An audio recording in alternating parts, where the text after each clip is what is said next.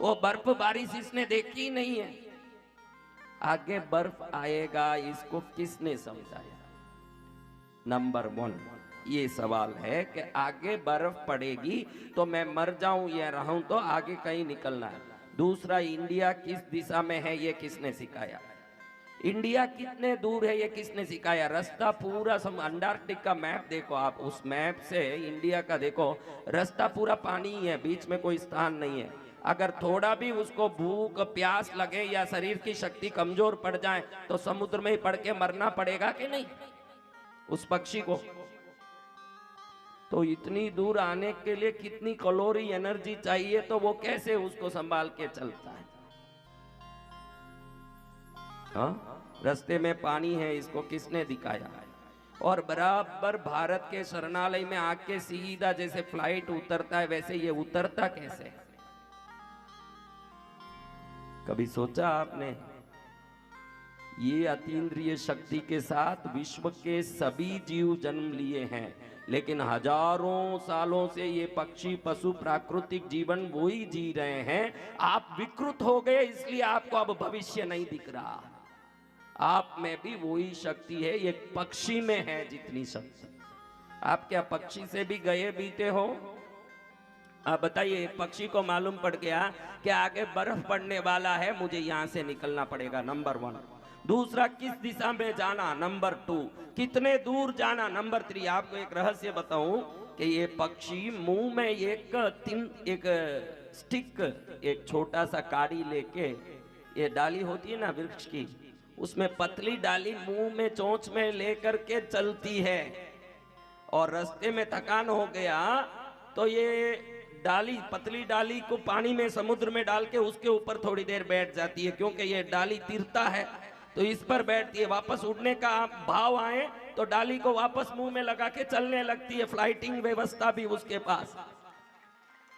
हाँ, ऐसे सीधे 8000 किलोमीटर एक उड़ान में नहीं आती है, वो भी थकान ले मिटाने के लिए कहीं बैठती है, लेकिन रास्ते में पानी ही पानी है, इसको लेके जाऊं तो तिर के फिर वापस उठ जाऊं, ये व्यवस्था को किसने सिखाया?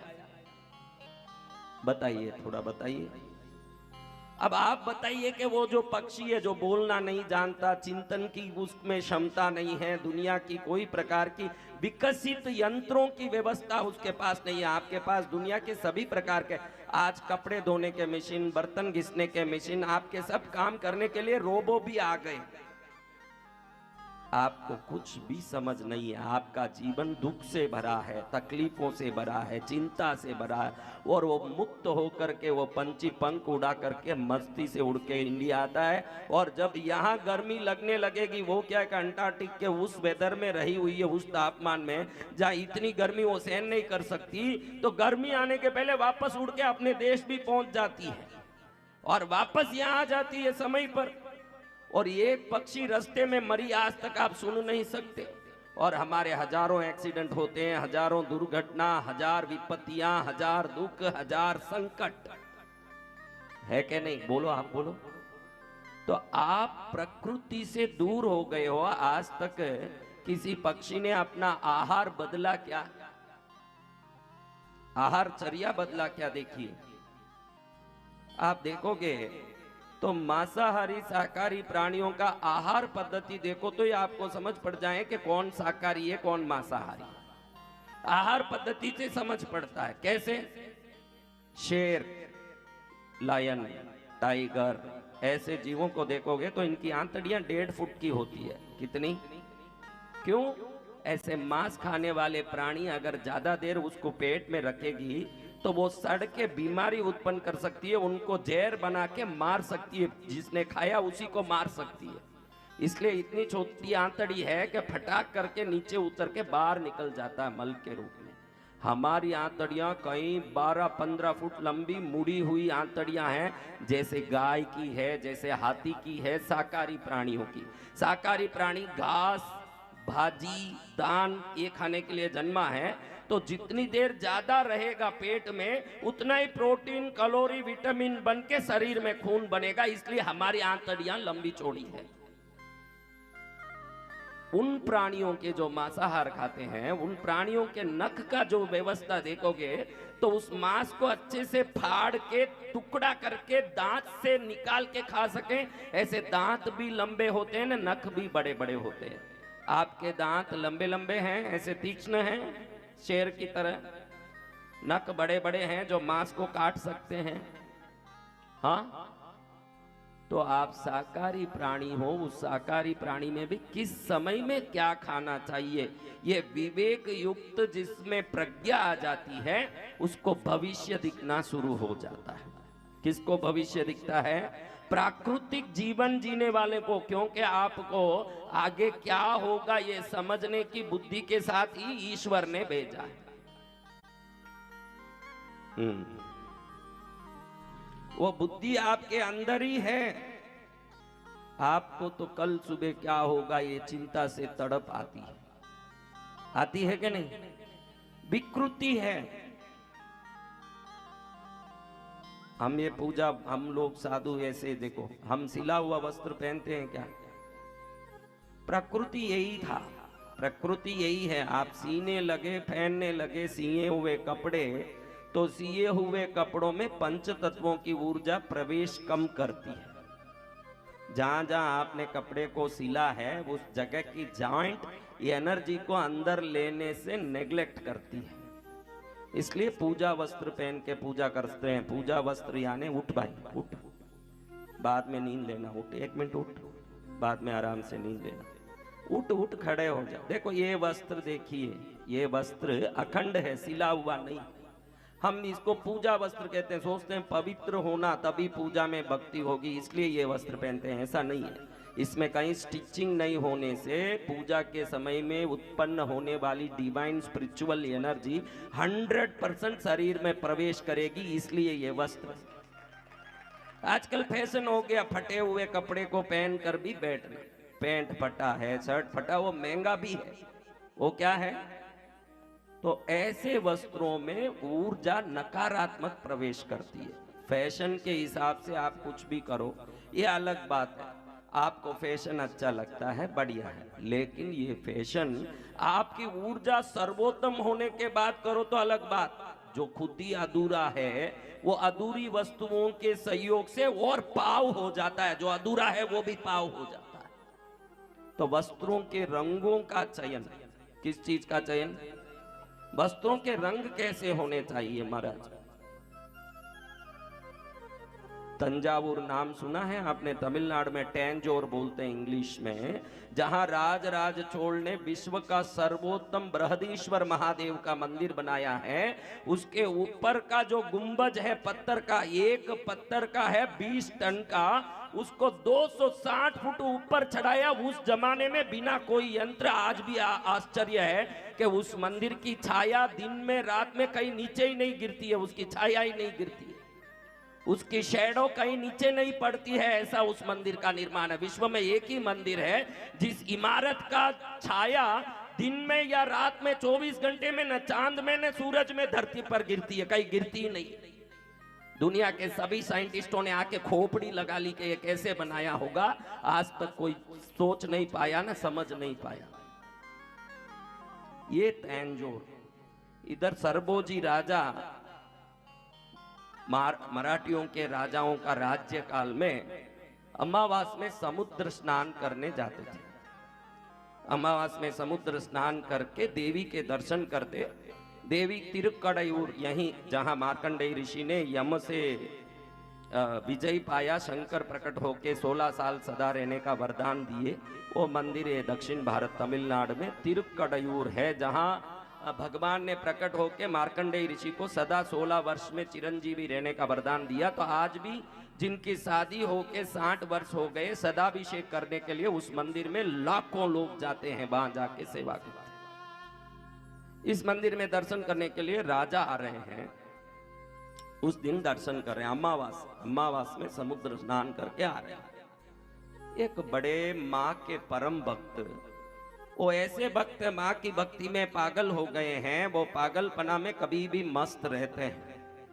उस मस्ती में वो माँ के मंदिर के सामने खड़े होकर के माँ का दर्शन कर रहे हैं। तो राजा प्रवेश करे और सिपाही बोले राजा आ रहे हैं, सरक सरक। इनमें हाथी जैसी बल आ गई है, माँ की भक्ति से पागल की तरह खड़े हैं, कोई सरकाएं तो भी सरके नहीं, और वहीं खड़े हैं। राजा खुद आके देखे कि मेरे सामने खड़ा मुझे दर्शन करने नहीं दे रहा है। राजा को गुस्सा आया, नालायक मुझे दर्शन नहीं कर रहा है, इसको धक्का मार के बाहर निकालो। इतने में इनके मुंह से निकला, अरे गुपचुप रहे, आज पूनम के दिन माँ का दर्शन कर रहा हूं। दिन क्या था? क्या दिन था? अमावस्या का दिन। वो कहे मैं पूनम में माँ का दर्शन कर रहा हूं।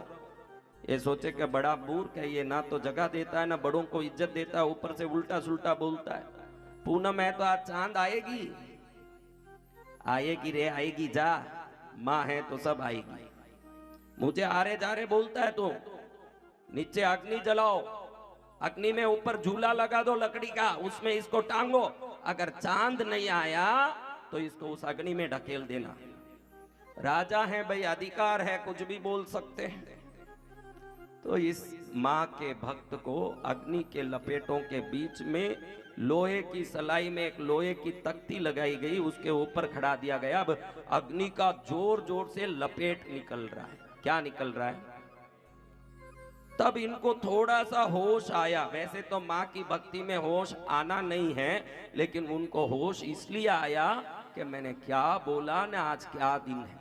उनको फिर याद आया, मैं माँ के मुख को देख के चांद की तरह उस मुख की रोशनी और शीतलता में आज पूनम है बोल दिया, और इस राजा का अपमान कर दिया, और इसने इधर अग्नि में मुझे खड़ा दिया। अब ये धक्का मारेगा तो मैं इधर गिरूंगा और भस्म हो जाऊंगा। हाँ?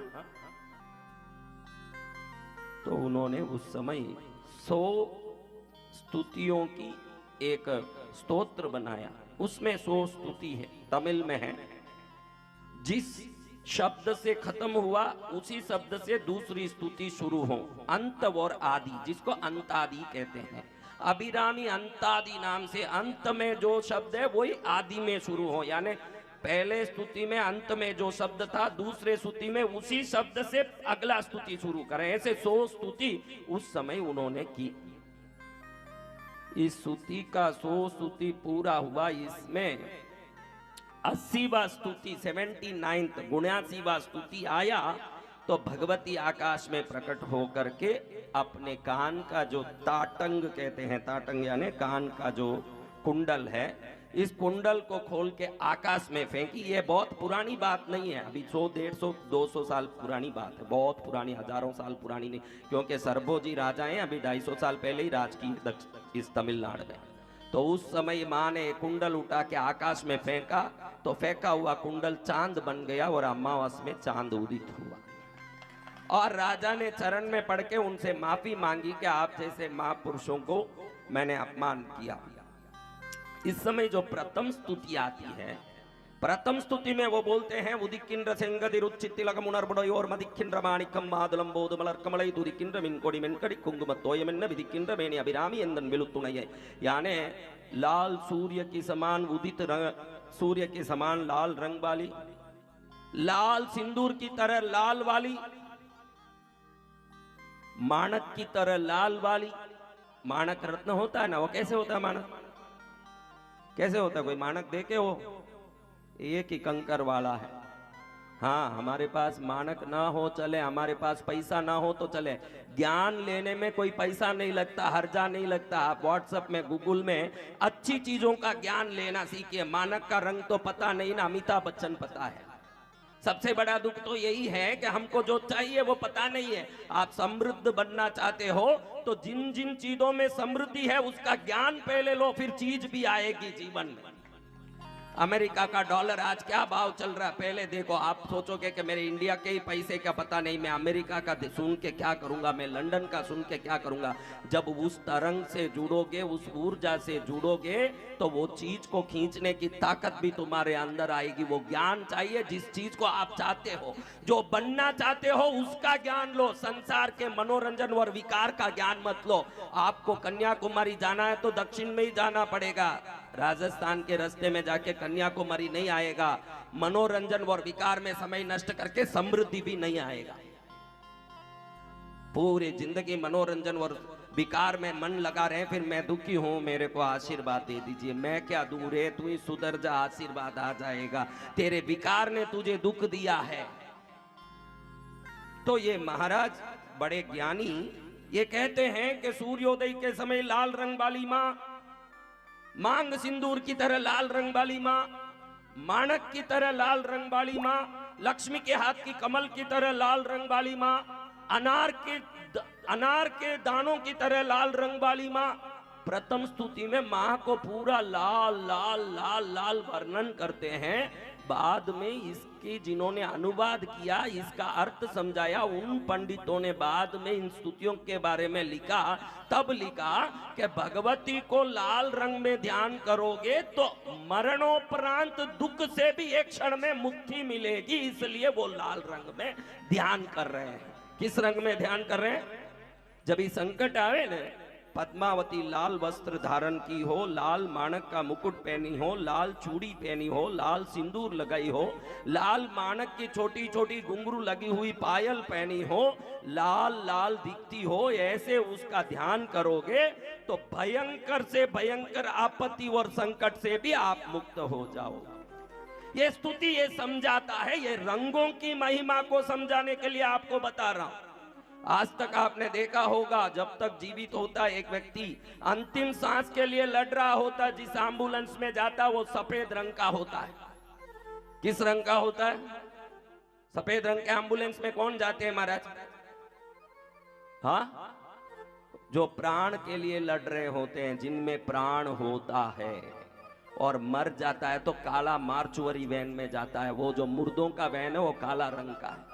काला पहनते हो तो समझना मुर्दे बनने की तैयारी में हो, सफेद पहन रहे हो तो समझना कि आनंद लेने की तैयारी में हो।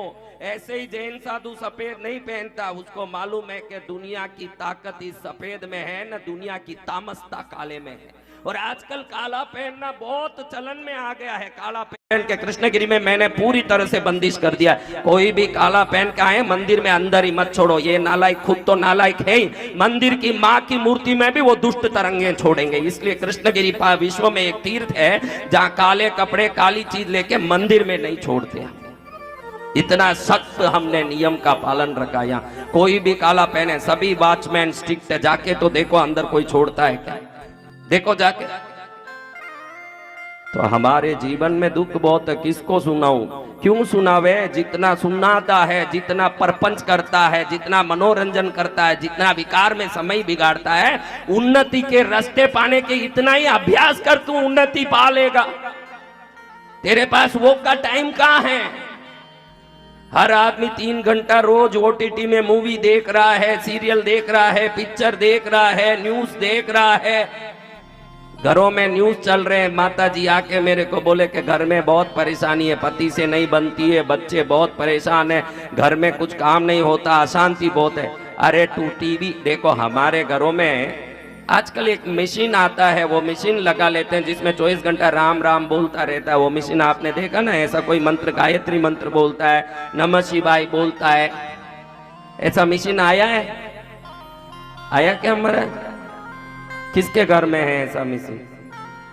क्यों लगाया रे मशीन मेरे भाई, बता क्यों लगाया? सुनने से क्या होगा?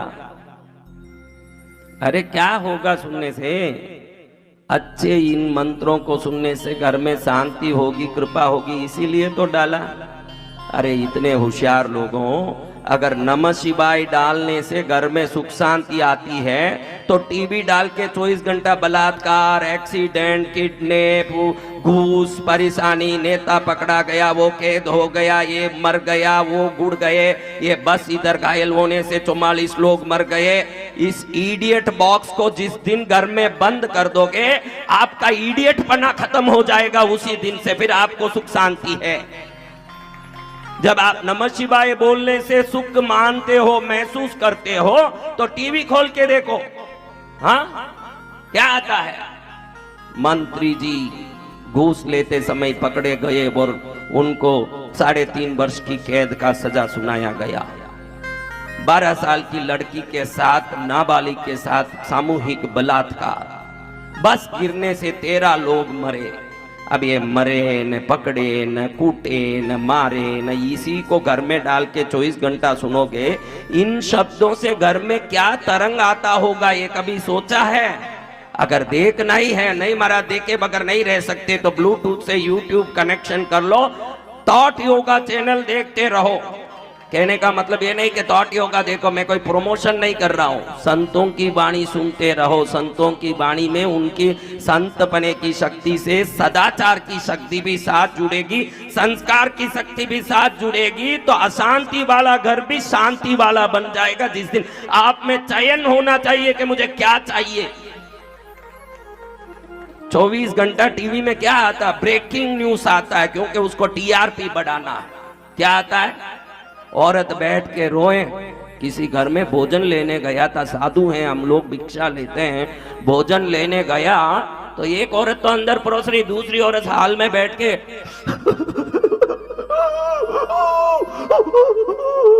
मैं कि क्या हुआ भाई, इसका क्या हुआ? मैं अच्छे अच्छों को भी ऐसे रोते नहीं देखा। हाँ, तो थोड़ी हिचकी बंद हुई। फिर मैं पूछा क्या हुआ बहन? नहीं महाराज बहुत दुखी हुई, वो सीरियल देखी ना, उसमें जो हीरोइन आती है उसका पति उसको बहुत मारता है, वो रोती है, उसको देख के मेरे को बहुत तकलीफ हो गया, उसका रोना देख के मेरे को रोना आया। मैं क्या नालायकिन, वो तो 2 लाख रुपया लेके रो रही है, तू फोगट में क्यों रोवे? आज ही प्रतिज्ञा ले ले के 2 लाख आए बगैर मैं रोऊंगी नहीं, जिंदगी में रोना भी नहीं होगा, पैसा भी बहुत आएगा तेरे जीवन में। किसको देख के कौन रोए? किसको देख के कौन रोए? फोगट रोए? रोने के लिए भी कोई मजबूत कारण होना चाहिए। अगर इस जन्म में रोऊंगा या रोऊंगी तो परमात्मा नहीं मिले इसीलिए रोऊं, और किसी काम से रोऊं नहीं। मुझे परमात्मा क्यों नहीं मिले? मुझे मिलना मेरे परमात्मा। रोने के भी लायक की कोई कारण होनी चाहिए। आप बोलो, कोई होटल गए हो आप और पराठा ऑर्डर दिया और आपसे परोठा ऑर्डर देने के बाद वो लाके रख के 2 करोड़ मांगे तो दोगे? क्या बोलोगे? इसका इतना कीमत नहीं है। आपको मालूम है कि परोठे का कितना कीमत है, तो आंसू का भी कितना कीमत है, ये समझ लो। दुखी हो तो भी ऐसे कारण के लिए हो कि दुख को भी मजा आवे कि कीमत दे रहा है मुझे। चवन्नी की चीजों के लिए रोने मत लगो, चवन्नी की चीजों के लिए कृष्णगिरी आके गीत मत गाओ। इधर मेरे पास रोना है तो रो के गुरुदेव माता पद्मावती का दर्शन कैसे हो सकता है बता दो, नहीं तो मैं रह नहीं सकता, मेरे से नहीं होगा रहना। पैसे के लिए आके यहाँ रोते हो, ब्रांड गागरा उगाड़ के कमा लेती है 1 दिन का करोड़ रुपया, उसके लिए तेरे को बहुत चिंता आता है। वो चवन्नी की चीज है, अगर पाना ही है तो ईश्वर को पाने के लिए रो, और काई बात के रोते हो। जिस चीज में वैश्याएं कमाती है, जिस चीज में स्मगलर कमाता है, वो कोई पैसा है, वो कोई बात है, उसको इज्जत मत दो। इज्जत देना तो जिसको इज्जत देना उसको इज्जत दो, फिर इज्जत भी आपको इज्जत देने लगेगा। इज्जत काहे का इज्जत आएगा? दुखी तो इसीलिए हो, आपको कोई डिप्रेशन आ रहा है, आपको कोई परेशानी आ रही है, डार्क रंग के कपड़ा पहनना छोड़ दो, एकदम पीला पहनो। पीला पीला पहनोगे तो देखोगे मजा बहुत आ रहा है। रंगों में बहुत महिमा है। आप बोलोगे रंगों में क्या पड़ा है? आज भी ये कमर दर्द आने वालों को, रीढ़ की हड्डी में प्रॉब्लम होने वालों को इंफ्रारेड रेस के लाइट से ही ठीक किया जाता है। और इंफ्रारेड लाल रंग कैसे उनको ठीक करता है? 2 ही रंग है मेडिकल में, अल्ट्रा वायलेट और इंफ्रारेड। और इंफ्रारेड लोगों को ठीक करता है। क्यों? पीले से क्यों, धोले से क्यों नहीं करे? ये हड्डी के पास वही रंग जाके काम करता है। तो रंगों की इतनी महिमा है, उस रंग का प्रकाश शरीर के रोग तक को बाहर निकाल के ले आता है, उसको निरोगी करता है। बहुत सोच समझ के ही छतरी बनाई गई उस जमाने में। आजकल तो तरह तरह की छतरी लेके घूम रहे हैं, लेकिन छतरी यानी बड़े लोग जानते हैं काली होती थी। आजकल तो धोली, मल्टी कलर, तरह तरह के कलर, ये तो मूर्खता है। छतरी काली क्यों महाराज? काली छतरी क्यों? काली छतरी इसलिए कि छतरी को आप पकड़ो ने तो उसका प्रयोजन एक ही है कि धूप आपको नहीं लगना चाहिए। लेकिन अगर छतरी पकड़ भी लो, उस ऊर्जा की गर्मी की तरंगों को अगर वो रंग नीचे डालता है तो गर्मी लगेगी ही। आप वो धूप से बच सकते, वो गर्मी से नहीं बच सकते। काला रंग ही ऐसा है जो भी तरंग आए उसको अपने में खींच के रख लेता है, बाहर नहीं छोड़ता है। सफेद पहन के देखो, रिफ्लेक्शन होता है। सफेद पहनो, ऐसे चकाचौंध होता है आंख में, क्योंकि सफेद की तरंग बाहर फेंकती है सभी तरंगों को, और काला अपने में खींचता है, इसलिए तांत्रिक काला पहनता है। तांत्रिक लोगों का काम है, आप देखेंगे टीवी सीरियल में, आपने ज्यादा कोई तांत्रिक देखा है कि नहीं मुझे पता नहीं, लेकिन टीवी में तो देखा है, काली टिक्की भी लगाया होगा, काला डोरा भी बंधा होगा, काला डोरा गले में पहना होगा, काला लंबा एक जिब्बा जैसे नीचे तक लटकेगा, पैर तक, जैसे चर्च में पादरियों का लटकता है, और उधर बैठ के ओम फट कुछ करता रहेगा। काला क्यों पहन रहा है? आप अगर काला पहन रहे हो तो छतरी का वो काम कर रहा है। जैसे छतरी रंग तरंगों को अपने में खींच के आपको गर्मी से बचाता है। आज दुनिया में ईर्ष्या करने वाले, जलन करने वाले, नफरत करने वाले ज्यादा हो गए, और अगर आप काला पहन के बैठे हो तो वो सभी तरंगे आपको खींच के वो काला रंग आपको देगा, क्योंकि उसको बाहर डालना नहीं आता, खींचना ही आता है। इसलिए काला पहनने वाले सबसे ज्यादा डिप्रेस जल्दी होते हैं, सबसे ज्यादा परेशान जल्दी होते हैं, और लाइट कलर पहनने वाले सबसे सदा उत्साहित और आनंद में रहते हैं। रंगों का महत्व समझोगे तो जीवन में वो भी आपका अच्छे से सहयोग कर सकता है। रंग कि भाई मैं कुछ रंगों का महत्व समझूं कि क्या रंग क्या काम कर सकता है। सफेद पहनना का कोशिश करो, नहीं तो पीला, नहीं तो ऑरेंज, नहीं तो light blue, sky blue, light green, सब कलर में लाइट है, light orange, maximum light colour पहनो, एकदम डार्क कलर पहनना ही नहीं। माताओं को मैं लाल इसलिए पहनाना चाहता हूँ, कभी भी बोलता हूँ कि लाल पहनो। हमारे अभिरामी स्वामी जी ने अभिरामी अंतादि में पहले श्लोक में कह दिया, माँ तू लाल रंग वाली है, तो हम भी लाल पहनेंगे तो माँ की कृपा के पात्र हो जाएंगे, क्योंकि माँ लाल पहनती है। इसलिए बहनों को लाल पहनना चाहिए, पुरुषों को लाइट कलर पहनना चाहिए, एकदम लाइट कलर पहनना। कपड़े तो बहुत अच्छे शोभित कपड़े पहनने चाहिए। आजकल घर में सोते हैं तो बरमुडा पहन के सो लिए, चड्डी पहन के सो लिया। आप कहीं भी रहो, एक संस्कार में रहो, एक व्यवस्था में रहो। अगर वो संस्कार आपके साथ है, आप कई बार मुझे बोलते हो मैं जाप भी करता हूँ, मैं पूजा भी करता हूँ, मैं तपस्या भी, व्रत भी करता हूँ, फिर भी सुख क्यों नहीं है महाराज? आप में किसी लोगों को ये सवाल होगा, इसलिए सवाल उठा रहा हूँ कि मैं जाप भी करता हूँ, मैं पूजा भी, व्रत भी करता हूँ, फिर मेरे काका ये जाप तप पूजा व्रत फलित क्यों नहीं हो रहे महाराज? आपको मैं बोलूं कि कोई अच्छी नाचने वाली को सिर्फ नाचने आना काफी है कि वो जिधर नाचेगी वो मंच मजबूत होना भी काफी है? आप मुझे बताइए। मंच एकदम ढीला है, कोई भी खड़े, खाली खड़ने मात्र से ही टूटने जैसा है। वहां उधर खड़ी वो के थाम तथाम तई ततई ताम तथाम थई तथई, क्या होगी? ये 2 मिनट में क्या होगी? अंदर घुस जाएगी कि नहीं?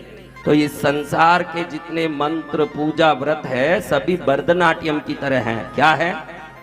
लेकिन मंच बगैर भरतनाट्यम जैसे नहीं होता है। भैरव सहस्त्र नाम पढ़ोगे तो उसमें लिखा है, मातृ पितृ प्रियंकर दुष्टाय साधवे, यानी जो इस जाप पूजा व्रतों को करता है वो माँ बाप को भी प्रेम करने वाला, माँ बाप की इच्छा को पूर्ण करने वाला, खुश करने वाला, झूठ नहीं बोलने वाला, साधु जैसे सद्गुणी उत्तम आत्मा होनी चाहिए। अगर ये मंच मजबूत नहीं है तो भरतनाट्यम टिकने वाला नहीं है। आप खाली व्रत पूजा ही कर रहे हो, खाली जाप तप दिया धूप ही कर रहे हो कि माँ बाप की भी इच्छा अनुसार आज्ञाकारी बने हो, समाज में भी उत्तम शब्द बोलते हो कि बाजार में निकलते तेरी माँ की, तेरे बाप के ऐसे शब्द निकलते हैं कि शब्द आप टटोलो। आपके पूजा भक्ति क्यों काम नहीं आता? आज ही मैं बता दूंगा। 100 बार झूठ बोलते हो एक दिन, 100 बार गुस्सा करते हो एक दिन, 100 बार दूसरों की निंदा करते हो, है कि नहीं? बोलो, कैसे व्रत, कैसी पूजा, कैसे तप, कैसा दिया, कैसे वो सब आपको काम करेगा? बताओ। मंच सही होना कि नहीं भरतनाट्यम करने के लिए? आपका मंच मजबूत है क्या? आप बताओ। हाँ, हमारा मंच मजबूत है, हम बिना काम गुस्सा नहीं करते किसी का नहीं। वो आदमी उधर भी नहीं गया होगा, इधर जयराम जी, जयराम जी साहब कहाँ? बहुत दिन से दिखे नहीं। क्या साहब? बहुत दिन से दिखे नहीं, आपको याद कर रहा था, आपके दर्शन हो गए। और इधर 4 फुट भी नहीं गया। देखो नालायक मजा लेता है। हाँ, कैसा नालायक है? दूसरे से पंचायत है कि नहीं? मंच मजबूत करिए। भरतनाट्यम भले कम ज्यादा आए तो भी चले, लेकिन मंच सही नहीं होगा तो पैर टूटेंगे, ध्यान रखो। आप में जो जो अवगुण है, मैं तो वो साधु हूं, पूजा करने नहीं बोलता, व्रत करने नहीं बोलता, दिया धूप करने नहीं बोलता, मंच को मजबूत करने की प्रेरणा जिंदगी भर देते आया हूं। किस चीज को? मंच मजबूत नहीं है, आपके अंदर में विकार भरा हुआ है। कितने अच्छे से यहाँ आके बैठे हो, इतना अच्छा आप में सच्ची में स्वभाव है क्या? आप देखो, मुझे गलत मत बोलना, मैं तो दुनिया के स्वभाव बता रहा हूं। हाँ, आप मुझ पर नाराज मत होना, मैं तो दुनिया का स्वभाव बता रहा हूं। झूठ बोलते हो कि नहीं, बस इतना ही बोलो मुझे। गुस्सा करते हो कि नहीं, इतना ही बोलो मुझे। निंदा करते हो कि नहीं, इतना ही बोलो मुझे। अपनी चीज पाने के लिए फरेब करते हो कि नहीं, बताओ। अब बोलो, मैं नहीं बोलूंगा, अब आपको बोलना। इस हिसाब से, इस स्टैंडर्ड में देवी राजी होगी क्या? यही सवाल है। हाँ, फिर आप कैसे बोलते हो कि दिया काम नहीं कर रहा, धूप नहीं काम कर रहा, व्रत काम कर रहा? माँ आपके दिया धूप के लिए बैठी नहीं है, क्योंकि उसके दिया करने वाले करोड़ों हैं। आपके दिए के बगैर क्या तरसेगी? आपके पास सदाचार के लिए तरसती है कि मैंने जो चीज धरती में भेजी वो गड़बड़ा गई है, वो चीज सुधर जाए तो मेरी भी आत्मा खुश हो जाए। माँ का तरस तो ये